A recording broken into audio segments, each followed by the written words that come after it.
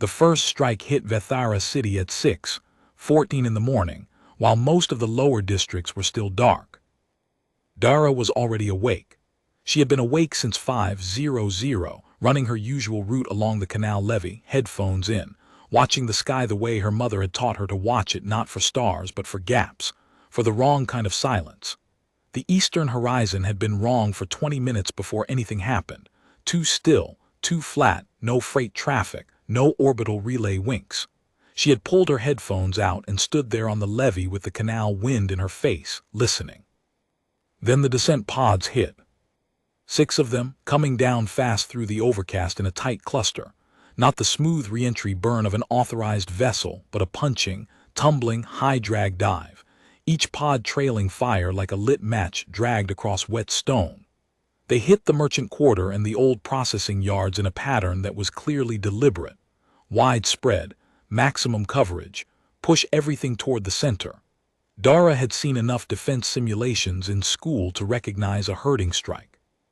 She was already running before the first shockwave reached her. Her brother Cael was 9 years old and a heavy sleeper.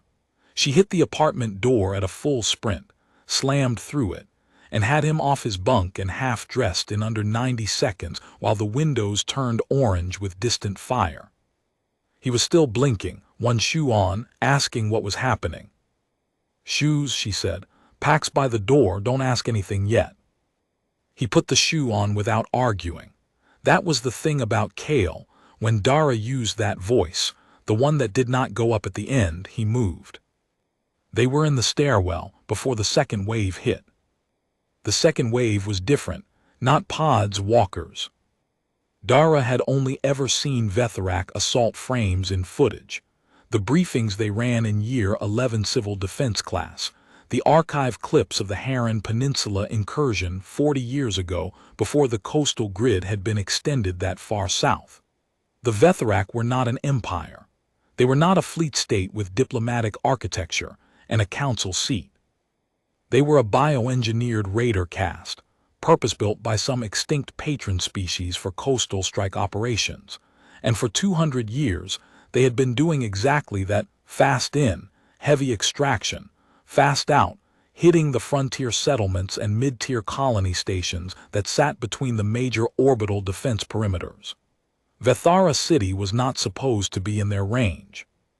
The deep watch arrays covering the Caladris corridor were supposed to catch any inbound raider formation at 6 hours distance. Dara didn't know how they had gotten through, she just knew they had. The walkers were 4-limbed, low-slung, organic-looking, not machines in the conventional sense but something grown for the purpose, with dark chitin plating over hydraulic musculature and a weapon cluster mounted at each shoulder joint. They moved fast, faster than anything that size should move, and they were working the streets in pairs, systematically driving civilians toward the central plaza. Herding. That was the Vetharak doctrine: herd, collect, extract. They didn't destroy for pleasure. They destroyed for efficiency. That knowledge did not make the walker that turned the corner of Cael Street 40 meters ahead of Dara, and Cael any less terrifying.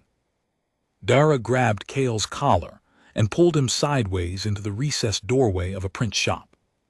The walker's sensor cluster, a bristling dome mounted between the shoulder weapon arrays, swept the street in a slow arc. It passed over them, kept moving. Dara pressed Cael flat against the door and held him there, feeling his pulse against her forearm, counting seconds. The walker moved on. She let out a breath so carefully it barely existed. "It didn't see us," Cael whispered. "It scanned us and decided we weren't worth stopping for," Dara said quietly. "That's not the same thing. Move." She knew the city. That was the thing that kept them alive in the first hour.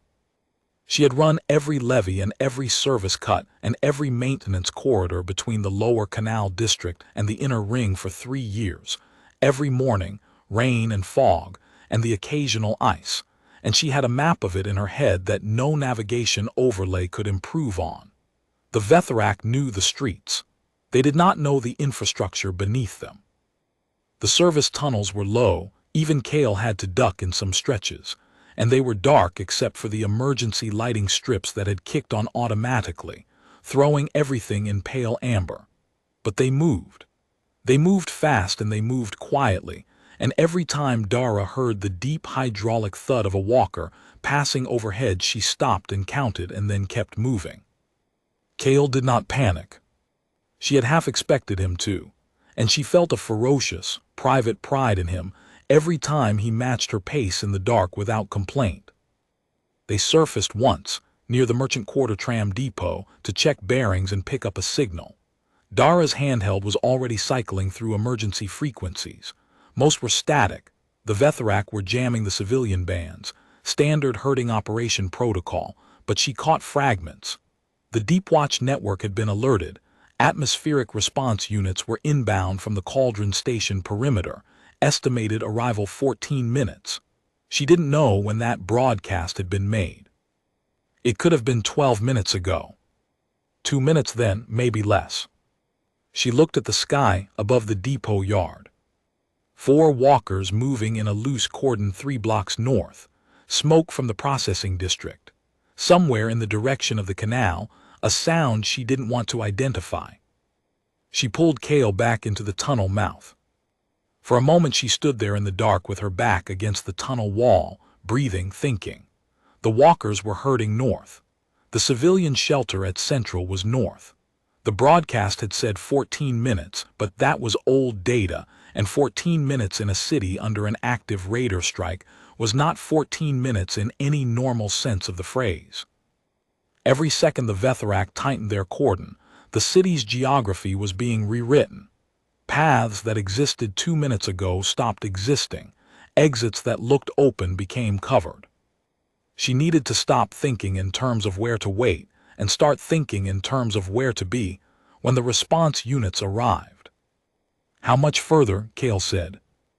"The emergency shelter at Vethara Central is 6 blocks, but they're pushing people toward the plaza, which means Central is probably where they want everyone. We don't go to Central." Cael looked at her with his steady 9-year-old eyes. "Where do we go?" "The levee control station. It's a hardened structure, flood control, 3-meter walls, sub-basement. If the response units are coming from Cauldron, they'll come in over the canal corridor. We get to the levee station. We're both under cover and inside the response perimeter when it arrives." He thought about that for a moment. How far? 4 blocks south. Opposite direction from the herding pattern. They'll be watching south. 1 walker, maybe 2. She looked at him. "Can you run?"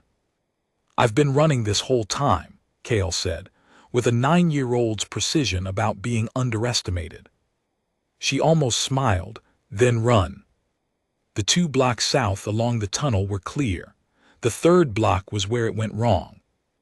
The service corridor exit nearest the levee station came up through a grating in the floor of a loading dock behind a cold storage facility. Dara pushed the grating up, checked, and stopped.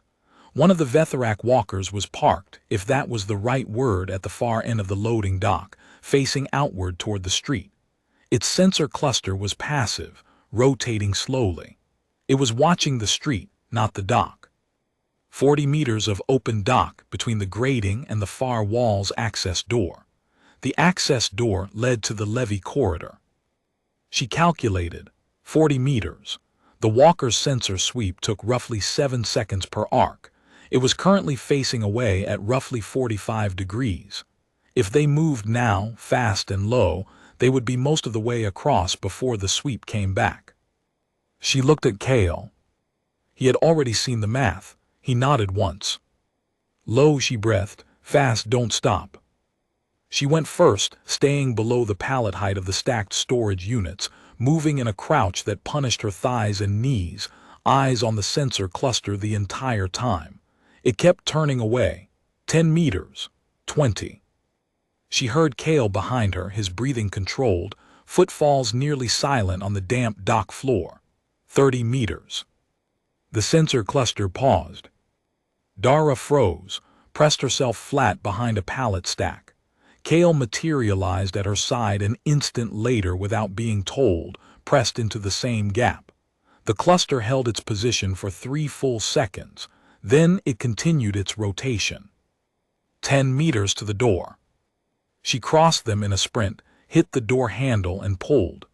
Cael was through before it finished swinging. She eased it closed behind them with both hands on the latch, letting it settle without a sound. The levee corridor stretched ahead, gray concrete, amber emergency strips, the smell of river water and old machinery. She could hear, distantly, something that was not wind. A low harmonic vibration she associated with the footage she'd seen of Cauldron Station's atmospheric interceptors running full thrust. They were close. "Keep moving," she said, and they ran. The levee control station was exactly what she had promised. 3-meter poured concrete walls, reinforced shutters on every exterior opening, a sub-basement large enough for 30 people.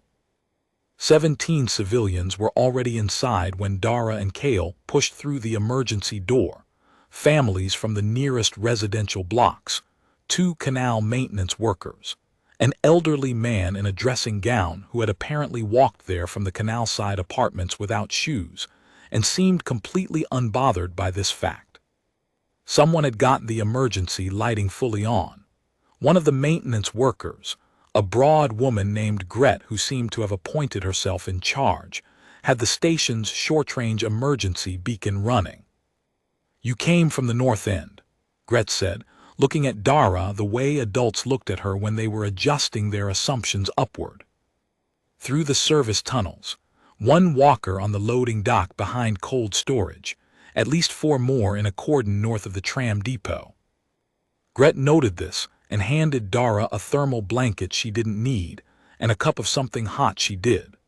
Cael had already found the corner of the sub-basement with the most children in it and was sitting down there with the calm authority of someone who had decided his job was to keep them from being frightened. Dara drank the hot thing and watched the narrow slit window that looked out over the levee. The harmonic was louder now. Then she saw them. Cauldron Station's atmospheric response units were not subtle.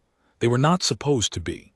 They came in over the canal corridor in a tight formation of 9 craft, broad, armored, each one carrying the suppression arrays that Vetharak doctrine had specifically never been designed to handle. Because Vetharak raiders operated in the gaps between defended zones, they relied on the gaps. They timed their strikes to the gaps. What they could not account for was a world with no gaps left. For 200 years, Earth's defense architecture had been quietly, methodically extending. Every coastal perimeter, every corridor, every shadow zone between major installation footprints. The Cauldron Station expansion had closed the Caladris shadow 3 years ago. The Vetharak attack plan had been calculated against a shadow that no longer existed. Nobody had told them, or nobody they had asked still had current information. The walker Dara had passed in the loading dock came apart under the first suppression pulse in under 4 seconds. She watched it through the slit window, and she felt something that was not satisfaction exactly, more like a grim, bone-deep relief. The fight, such as it was, lasted 11 minutes. The Vetharak formation fragmented almost immediately. Without their herding corridor completed, without the extraction point secured, the raid doctrine broke down into individual units trying to find egress. There was no egress to find. The atmospheric units worked the city grid in overlapping suppression arcs, and the defense network's ground elements, which had been staging in the outer ring since the first pod impact, moved in from 3 directions simultaneously. 6 walkers destroyed, 2 extraction pods disabled on the ground before launch. The remaining pods launched and were intercepted above the cloud layer. The broadcast came 40 minutes after the all-clear. The Vetharak formation had been identified as a splinter group, separated from their primary operating band following an engagement near the Heron Deep Station 8 weeks earlier. They had been running on old intelligence. Their attack plan had been built around survey data that was decades out of date. They had hit Vethara City expecting a soft target, and found the full weight of a world that had long since stopped having soft targets. Dara sat in the sub-basement of the levee control station, and listened to the broadcast through someone's handheld speaker and felt very tired. Cael sat down beside her. He had, at some point in the preceding 40 minutes, acquired a small child on his lap, a girl of about 5 who had fallen asleep against his shoulder with the deep certainty of someone who had decided he was a safe place to be. "We made it," he said. "Yeah," Dara turned the thermal blanket around her shoulders. "We did." "You knew where to go." "I run the tunnels every morning. Seemed like a waste if I never needed them." Cael considered this with the serious expression he used when he was filing something away for later. "I'm going to start running," he said. "Good. Will you teach me the tunnels?"